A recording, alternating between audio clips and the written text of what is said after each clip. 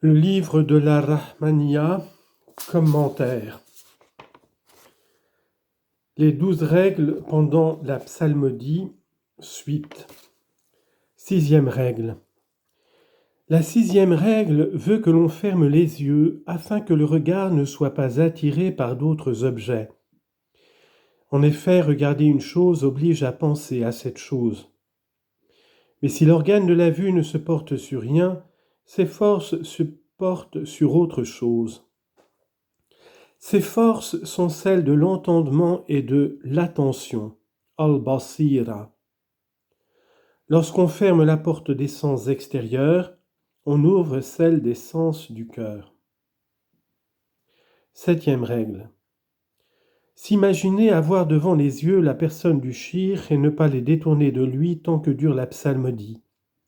C'est une des règles les plus importantes fixées par les maîtres. On en a déjà parlé en exposant les 8 fondements de la voix. Le cœur de l'aspirant doit être attaché au cœur de son shir. Il faut se représenter l'image du shir. Tant que l'aspirant verra devant lui la forme du shir, il sera sûrement préservé des obstacles innombrables qu'il rencontre.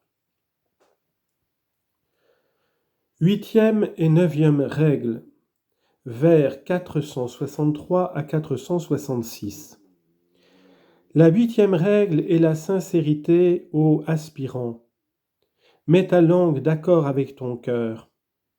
La 9e, sois sincère, tu seras préservé de l'association et de l'hypocrisie. Commentaire.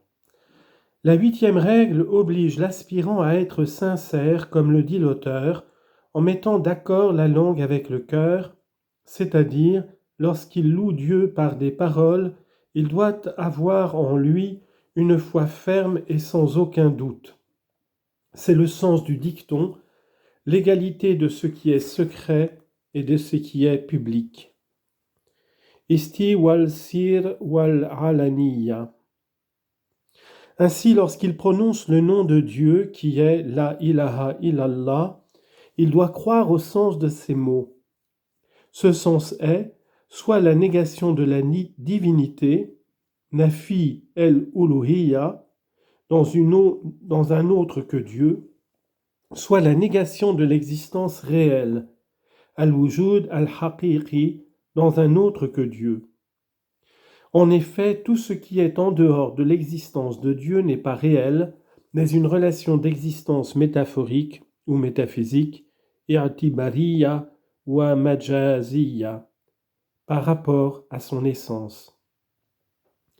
L'existence réelle qui n'est pas sujette au néant et que le néant ne peut atteindre est uniquement l'existence de la vérité qui est Dieu. Tout priant doit être le serviteur de Dieu à l'exclusion de tout autre. Il doit donc refuser la divinité à tout autre qu'à Dieu et proclamer cela dans ses paroles.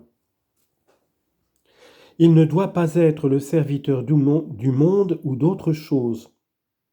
Si le monde règne sur lui, ou s'il l'aime, ou s'il se soumet à autre chose, cet homme n'est pas le serviteur de Dieu. Il ne le sera que s'il sort de la servitude des choses périssables et réserve son service, son adoration au seul Dieu Tout-Puissant. Un hadith dit « Est malheureux le serviteur du dinar et est malheureux le serviteur du dirham » monnaie d'or et d'argent. 9e règle. La 9e règle est la pureté d'intention, ce qui indique une action exempte de la tâche d'hypocrisie, terme synonyme du terme d'infidélité ou d'association cachée. Celui dont l'action est pure d'intention, Dieu le préserve et le délivre de l'association cachée. Les actions peuvent être dirigées soit par la pureté d'intention, soit par le sentiment contraire.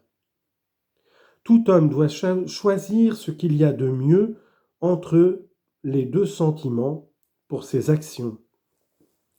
Car cette intention fait le mérite des actions et fait parvenir au but désiré.